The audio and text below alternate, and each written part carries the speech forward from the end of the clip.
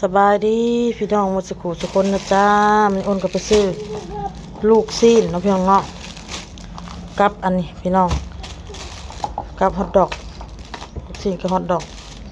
แล้วก็แจ่วเนาะพี่น้องซื้อสำเร็จลูกเลยอ้นบ่ได้เฮ็ดพี่น้องเลยเพราะว่ามื้อเช้านี่อ้นก็มาแป้งแจ่วเพี้ยแล้วก็มาแป้งแจ่วขิงมื้อเช้านี่แจ่วนี่ก็เลยซื้อเอาแบบสำเร็จลูกเลยเพราะว่าอ้นมักอ้นยังแล้วเรียบร้อยแล้วมีแต่จามเนาะพี่น้องเนาะมื้อนี้ก็สิแบบไวขึ้นแน่พี่น้องเลยเพราะว่ามันลื่นมือเลยเด้เมื่อวานนี่ก็ยังบ่ทันได้ลื่นก็ยังสับสนจับหั่นวิทย์นี่จับนี่วิทย์หั่นอยู่อยากละทงลองมื้อก่อนพี่น้องลูกชิ้นทงนึงฮอทดอกทงนึงเนาะพี่น้องเนาะปลาหมึกอ้นก็มักแล้วก็เอือบแล้วเรียบร้อยเด้อพี่น้องเด้อปลาหมึกอ้นบ่ได้เอือบหยังเนาะอ้นมีแต่ใส่แต่น้ำตาลเด้อพี่น้องเด้อแล้วก็ผงชูรสเนาะผงชูรสแล้วก็น้ำตาลแล้วก็รสดีน้อยนึงเด้อพี่น้องคืออ้นบ่ได้ใส่อีหยังเลยบ่ได้ใส่แบบว่าน้ำปูน้ำปลาแบบนี้นะคืออ้นมักอันเครื่องในหั่นนะอ้นสิใส่แต่น้ำตาลกับแป้งนัวแล้วก็กับอันขนอนิดดึงพี่น้องเอ้ยเพราะว่าปลาหมึกนี่มันอันนั้นอยู่แล้วมันอันเค็มอยู่แล้วพี่น้องเอ้ยก็เลยบ่ได้ใส่พวกอันรสชาติที่แบบมันมีเค็มๆนะบ่ได้ปรุงใส่เนาะพี่น้องเนาะนี่อ้นก็เอือบใส่ขิงกระเทียมคือเก่าพี่น้องแต่เพิ่มน้ำตาลขึ้นเนาะพี่น้องเพราะว่าลูกค้าเพิ่นติมาว่าให้มันออกหวานๆอีกนิดนึงเติมน้ำตาลใส่พี่น้องก็สิออกหวานๆมื้อนี้อ้นจะเอาลูกชิ้นกับอันนี้ไปล้างก่อนเนาะพี่น้องเด้อล้างแล้วก็สิเอามาเสียบแล้วก็ใส่ถุงไว้เนาะเตรียมขนออกไปขายเนาะพี่น้องเนาะล้างทำการล้างแล้วก็สิมาเสียบไม้พี่น้องเอ้ยลองเสียบเบิ่งอ้นน่ะลืมเอาบินพี่น้องเอ้ยเพราะว่าเราว่าลูกชิ้นนี่เป็นลูกชิ้นแซ่บแป้งบ่หลายเป็นลูกชิ้นเนื้อนะลองเบิ่งพี่น้อง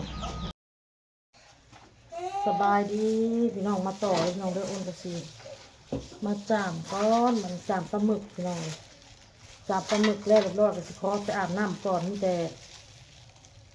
จ่ามอันน่ะสิไปนั่งจ่ามอยู่นอกพี่น้องเขาใส่อันทงมืออ้นบ่อยากถนัดพี่น้องจักมันแนวใด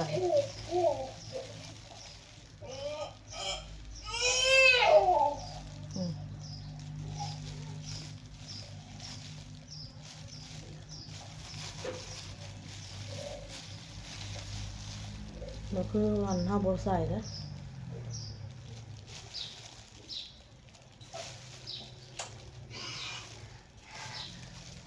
เพื่อความสะอาดเอาอย่าเฮ็ดมันลูกอย่าเฮ็ดมันซ่าพี่น้องใส่ถุงมือแล้วเฮาจ่ามันซ่า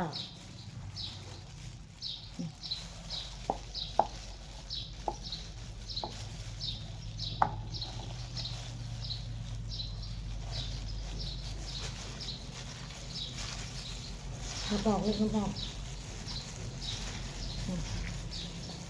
จับหมึกเด้อไม่จับปลาหมึกเด้อ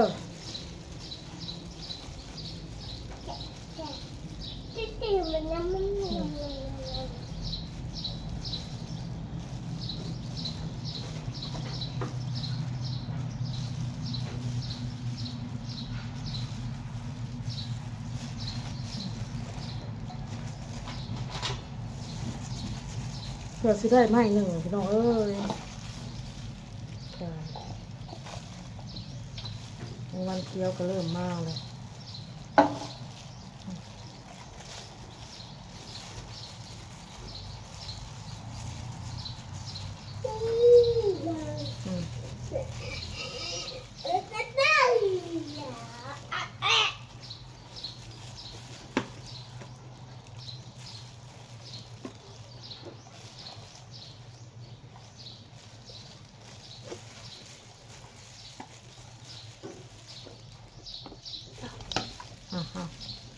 เดี๋ยวย่างสวนไปสวนมานะเฮ้ย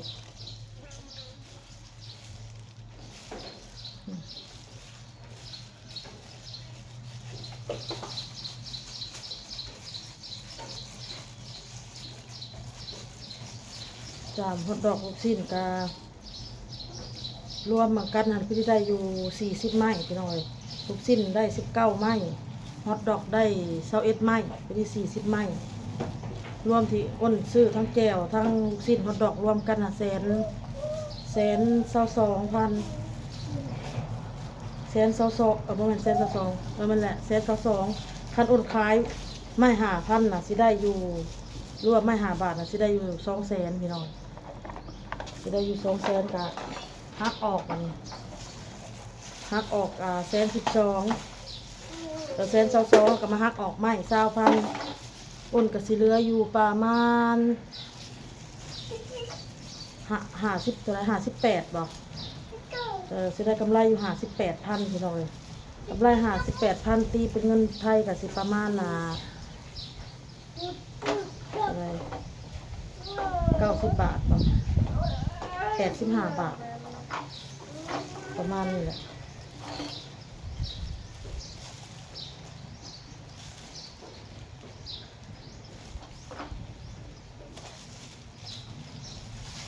ได้กำไรเล็กๆน้อยๆพี่น้องเลยให้ลูกกินแล้วก็อานั่นพี่น้องยังว่าได้ก็ยังได้ให้ลูกกินน้องพี่น้องเนาะ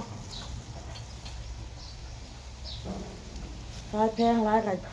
ย่านหมูบ่ซื้อพี่น้องเลย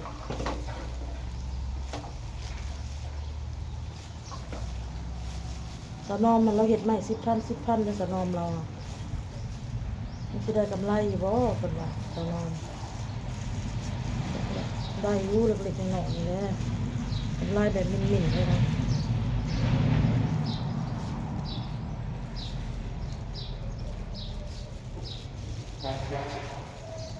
ขายมัด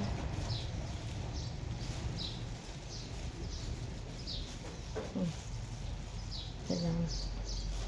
เนี่ยจะส่ง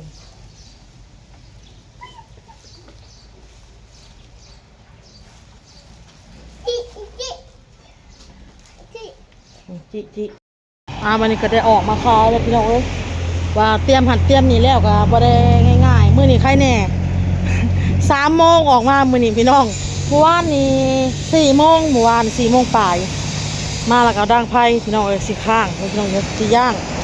มื้อนี้ก็สิมีเพิ่มขึ้นมาอันมีฮอทดอกกับลูกชิ้นเนาะพี่น้องเนาะอันนี้ก็จามปลาหมึกพี่น้องเตรียมเอาออกมากระปุกแก้วเพี้ยแก้วขิงผักกับเอาคือเก่าพี่น้องเอ้ยอ้นก็สิดังไฟปะไว้นี่สิแล่นไปหับเอาน้องอันบอลเด้อพี่น้องเด้อน้องบอลมาซอยเอาน้องเบิ่งเอาโต้ให้พี่น้องเอ้ยเสาแขกเพิ่นก็มานั่งเล่นน้ำพี่น้องเอ้ยถ่ากินเอ็นจะทงมาแห่ง10,000เด้อว่าที่โซนเออแต่ว่าใจมันโอนมากินกับข้าวแดงนั่นแหละเด้อเอาแต่ว่าใจมันโอนมากินกับอะไรกินขอบใจล่ะน้องทองเมื่อวานเนี่ยน้องทองอะไรเพิ่นเบิ่งน้ำพี่น้องเมื่อวานเพิ่นซอยอันย่างซอยปิ้งเมื่อวานเนี่ยอ้นก็ให้น้องเพิ่นกินน้ำแน่พี่น้องเอ้ยเพิ่นซอยเฮาเนาะเฮาก็ให้น้องเพิ่นกินน้ำ2-3 ไม้ก็ว่ากันไปพี่น้องปิ้งมันไม่เท่าน้อยพี่น้องเดี๋ยวอ้นก็สิอุดหนุนเพิ่นคือกันเพิ่นอุดหนุนเฮาก็อุดหนุนเพิ่นพี่น้องเอ้ยทุกคนสิอุดหนุนกันนะพี่น้องเอ้ย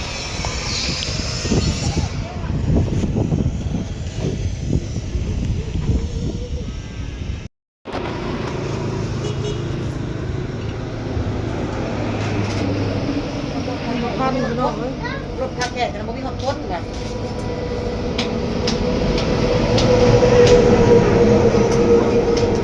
จามพี่น้องทำลูกน้องเด้อมาทำขาจามเนี่ยบัดเดียวแลเอามาอันขายน่ะค้ำอันนี้น่ะเฮาอันนั้นเลยจามไปน้ำพาไปน้ำเลยถึงท่านขายเสื้อหลังบ่ทันบอลกับไปหับมาตรงเรียนน่ะซอยแม่น้องจะเป็นมือกล้องให้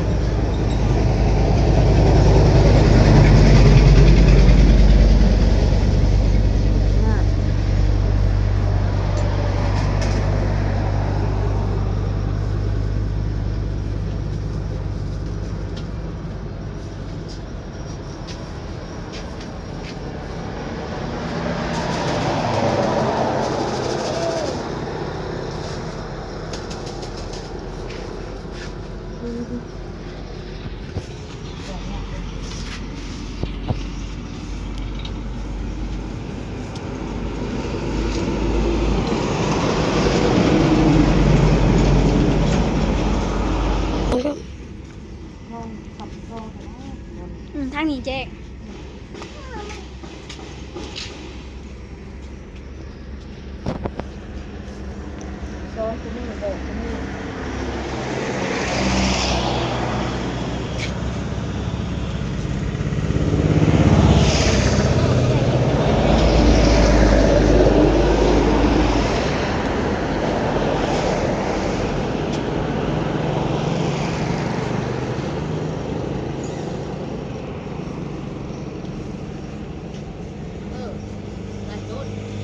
เขาน้อยถ่ายเอาไว้ท้องแม่ถ่ายเอาแต่แม่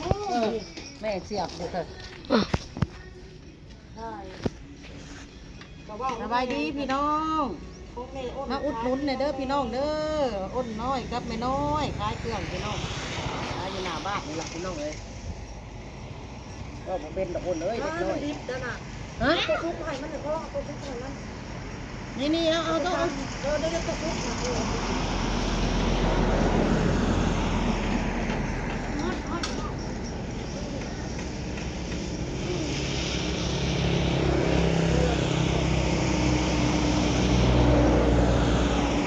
มันก็ยุดกันได้บอลเลยแม่วันนี้5,000กีบวันนี้2,000กีบวันนี้ก็5,000ก็ฮอตดอกพี่อ้น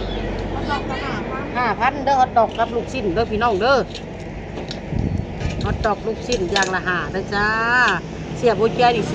ไม่ละ2,000กีบจ้าทุกคน